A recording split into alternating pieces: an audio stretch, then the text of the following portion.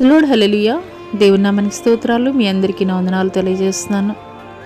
ప్రియ సహోదరి సహోదరుడా, అనేక సార్లు నీ జీవితంలో దేవుని సన్నిధిలో నీవు కన్నీటి ప్రార్థన చేసి ఉంటావు. గంటల తరబడి, రోజుల తరబడి కన్నీటి ప్రార్థన నీవు చేసి ఉంటావు.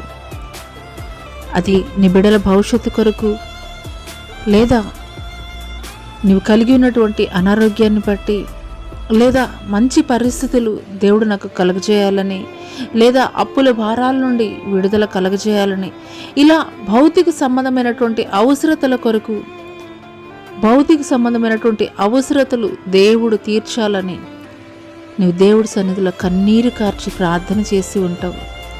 కానీ నువ్వు ఏ దినమైనా దైవ చిత్తానుసారమైనటువంటి దుఃఖాన్ని నీవు కలిగి ఉన్నావా?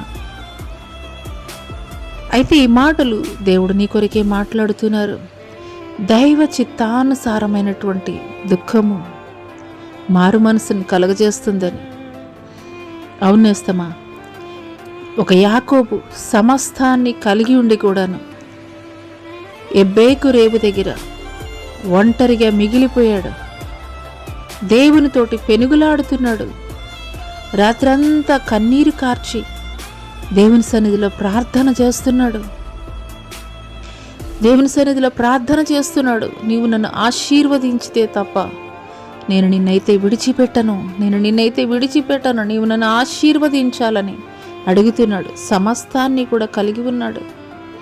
అయినప్పటికీ కూడా దేవుని యొక్క ఆశీర్వాదం కొరకు కన్నీరు కారుస్తున్నాడు. దేవునితోటి పెనుగులాడుతున్నాడు. ఎందుకొరకనంటే దైవ చిత్తానుసారమైనటువంటి దుఃఖాన్ని కలిగి దేవుడు ఇచ్చేటువంటి ఆశీర్వాదం కొరకు. ఎప్పుడైతే యాకోబు మారు మనసు కలిగి తన యొక్క పేరుని యాకోబు అని పలికాడో, తన తప్పుని దేవుని ఎదుట ఒప్పుకున్నాడో, మారు మనసు కలిగి, అప్పుడు ఇశ్రాయేలుగా ఆశీర్వదింపబడ్డాడు. ఈ మాటలు వింటున్నటువంటి ప్రియనేస్తమా, నీవు దైవ చిత్తానుసారమైనటువంటి దుఃఖాన్ని నీవు కలిగి ఉండాలని దేవుడు కోరుకుంటున్నాడు.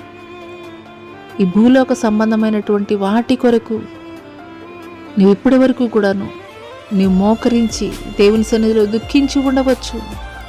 కానీ నిజమైనటువంటి ఆశీర్వాదం, నిజమైనటువంటి దైవ చిత్తానుసారమైనటువంటి దుఃఖము ఏది అని అంటే, ఆయన నీతో కూడా ఉండాలని, ఆయన నీ కొరకు సమస్తము చేయగలడని నమ్మి, ఆయన మాత్రమే చాలు అనుకుని, అయ్యా నువ్వు నాతోడు ఉండయ్యా, అయ్యా నువ్వు నా పక్షముగా ఉండయ్యా, నువ్వొక్కడివి నా పక్షముగా ఉంటే చాలయ్యా, ఈ రీతిగా నీవు కన్నీరు కార్చి దైవ చిత్తానుసారమైనటువంటి దుఃఖము నీవు కలిగి ఉన్నప్పుడు భూలోక సంబంధమైనటువంటి ఆశీర్వాదాల కంటే మిన్నైనటువంటి ఆశీర్వాదము దేవుడు నీకు దయచేయబోతున్నాడు. ఆత్మ సంబంధమైనటువంటి వరములతోటి దేవుడు నిన్ను నింపబోతున్నాడు. అంతకంతకు కూడాను ఆయనలో నువ్వు హెచ్చింపబడబోతున్నావు దేవుని ద్వారా. అట్టి ఆశీర్వాదం నేను కలిగి ఉండాలి అనుకుంటే, లోక సంబంధమైనటువంటి ఆశీర్వాదాల కొరకు కన్నీరు కార్చి ప్రార్థన చేసినటువంటి నీవు దైవ చిత్తానుసారమైనటువంటి దుఃఖాన్ని కలిగి నువ్వు ప్రార్థించినప్పుడు దేవుడు నీకు మారు మనసును దయచేస్తాడు.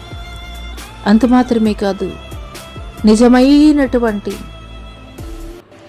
ఒక యాకోబుని ఏ రీతిగా దేవుడు ఇజ్రాయేలుగా అనేకులకు ఆశీర్వాదంగా నిలబెట్టాడో, అదే రీతిగా దేవుడు నిన్ను కూడా నిలబెట్టబోతున్నాడు. అట్టి కృప దేవుడు నీకు దయచేయునుగాక. ఆమేన్.